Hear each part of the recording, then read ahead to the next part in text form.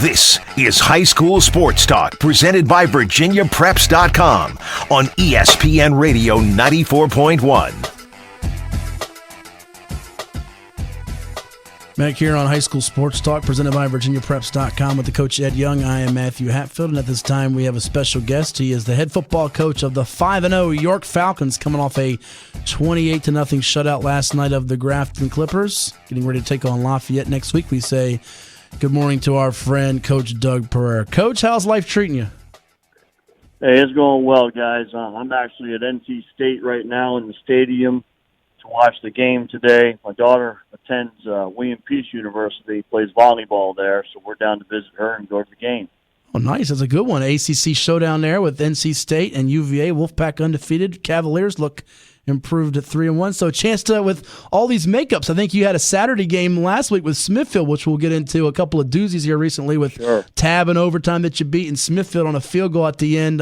Chance for you to kind of catch your breath on a Saturday for a change, right? Absolutely. Yeah, that was quite a little run we had there that week, 2 games in 4 days.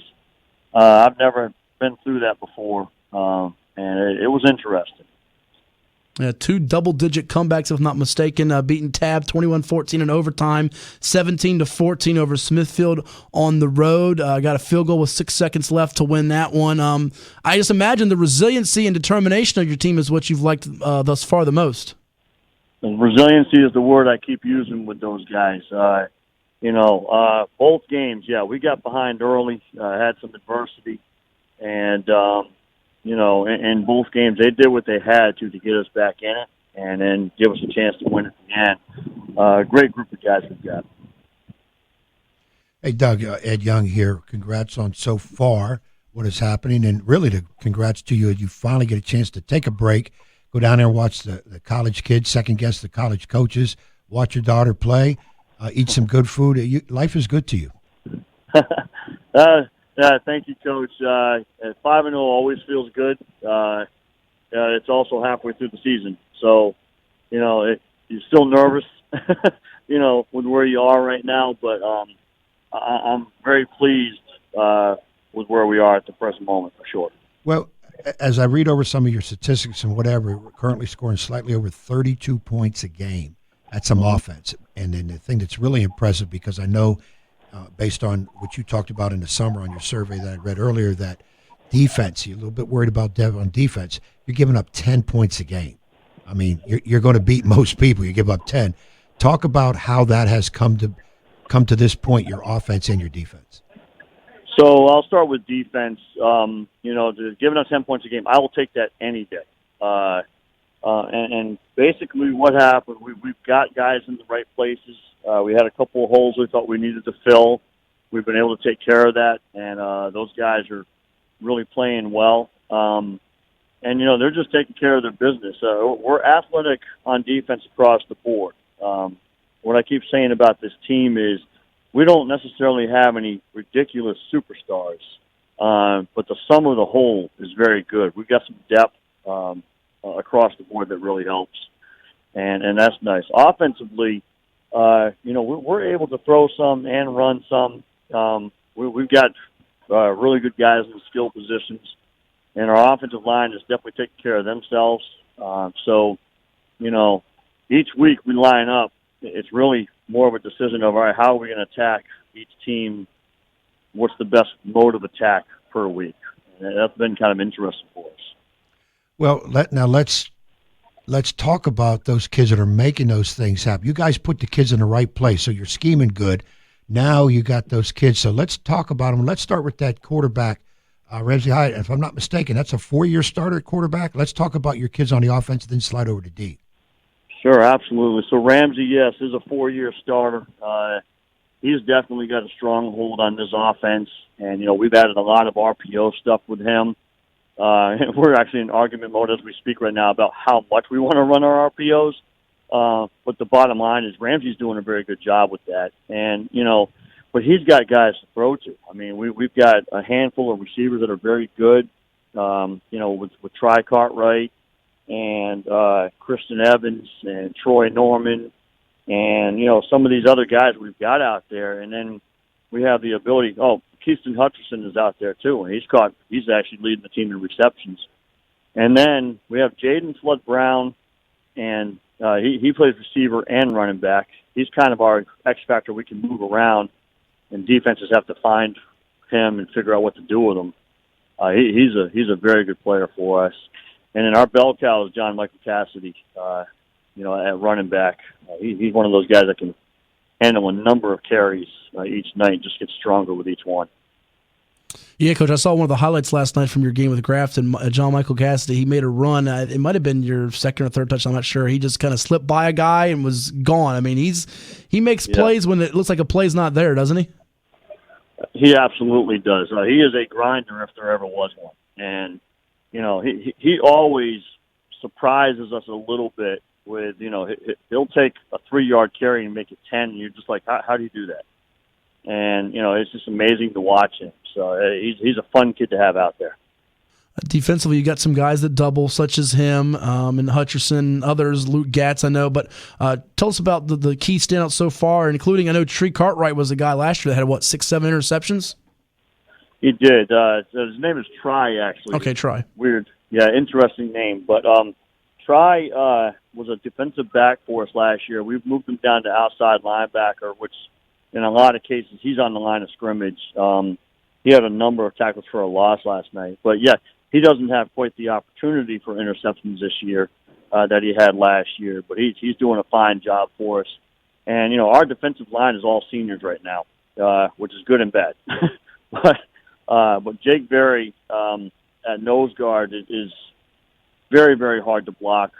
Just drives offenses crazy every single week. And we got a guy named Connor Riley who is undersized as a defensive lineman and just flies around. And then we got 2 other guys that they work themselves in and out. Gerald Bonds, who hasn't played for us in 3 years, and he's back.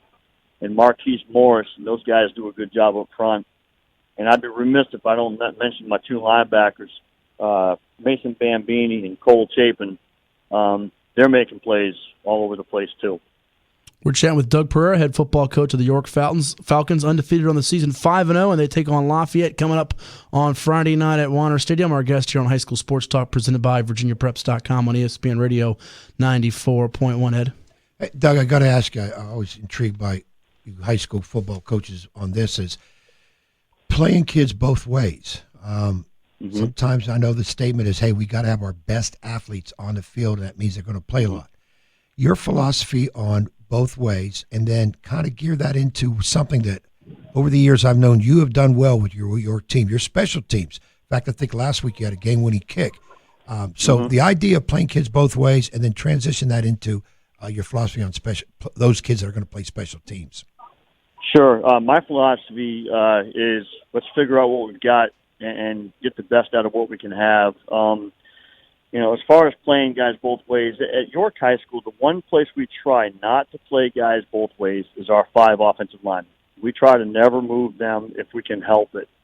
We feel like they're the guys that have to stick together, have to work one side of the ball.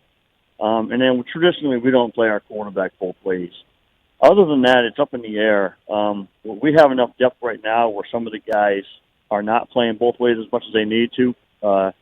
Like John Michael Cassidy, he's an amazing defensive player, and yet we try not to use him so much over there to keep him as fresh as possible. So it's that yearly thing where we as a coaching staff look at each other and say, okay, we do need our best guys out there, but what can we do to make everything work and still get guys a break here and there? And then special teams-wise, we're blessed with some pretty good skill guys right now up and down the board, so it's allowing us to put some of our backups in on special teams and not feel like we have done ourselves a disservice, and that's helping at the moment. So, I'm not one of those, I put my absolute best 11 athletes out for kickoff necessarily. We see where we feel like we can get away with that younger kid who's going to be great down the road, but give our other guys a break for a minute. We definitely try to get the breaks where we can. And Doug, also I want to ask, highlight some of your kids that right now you feel can play the next level and maybe one or two players who actually have some possible offers already out there? Whew, man, my entire junior class, 15 strong, every one of them can play at the next level somewhere. And then in my senior class, and I'll name names there in a minute, but my seniors, John Michael for sure. I think Ramsey could play at the next level.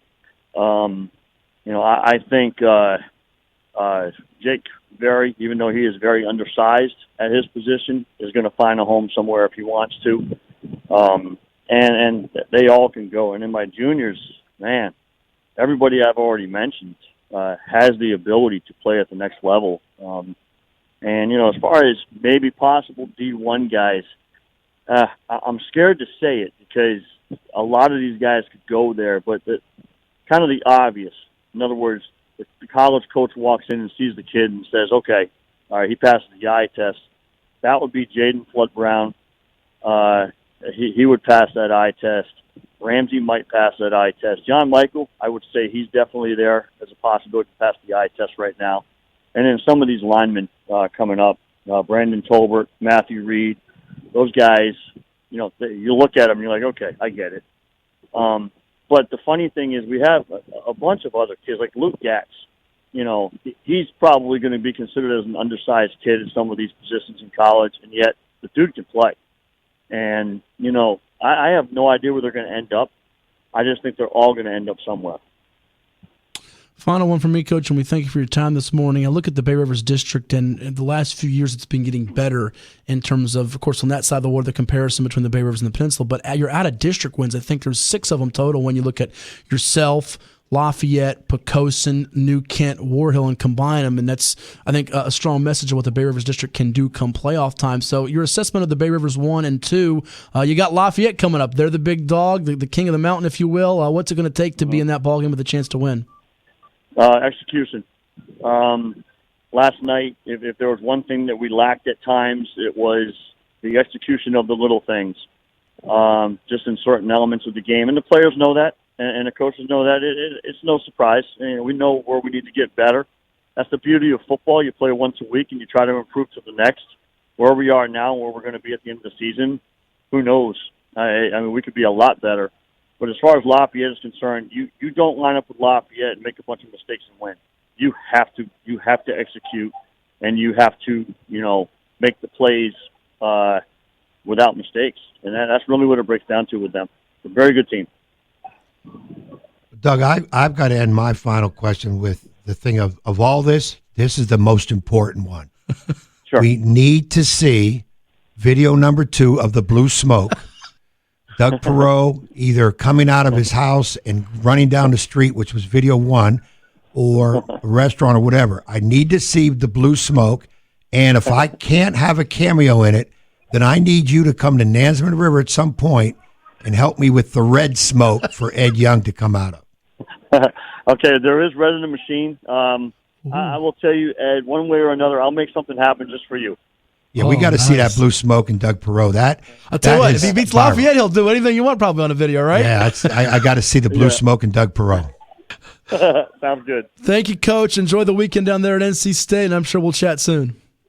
Hey, thanks for giving you guys some kudos this week. Thanks for having me on, guys. Great job that you're doing. Keep it up. Absolutely. Keep it going over there at York, too.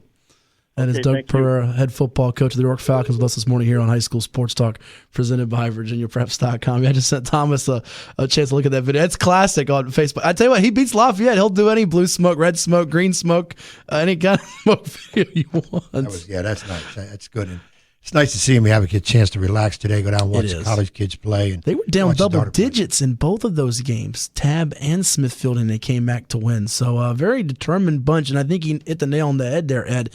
They're not the most talented of teams, but they're pesky, and if you see them in the playoffs in Class 3, you're going to say, York can't beat a Phoebus or a Hopewell or, dare even go Nork and Booker T, but they're going to fight you tooth and nail, and they might actually beat you. So if you take them lightly, I'd say 98% of the time you'll lose.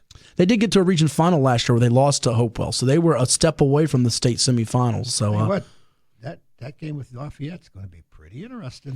Well, they keep the score down. I don't think that they're built at all to win a game that gets above 28 points. So they have to keep it down. So they're kind of in the same, I don't know if I say predicament, but situation. Say a Deep Creek was in against on Indian River last night, and I might even go, I dare say, today with Lancetown Ocean Lakes, although I might be selling Lancetown short in that regard. What I mean by that, though, is they don't want it to get into a track meet. You don't want to get where it's you're matching score for score. You don't want it to have to be the Old Dominion Virginia Tech game, if you will, with matching score for score.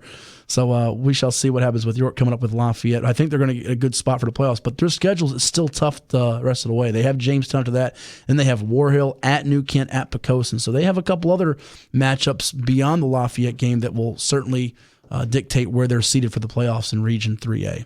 More to do here on High School Sports Talk, presented by Virginia Preps.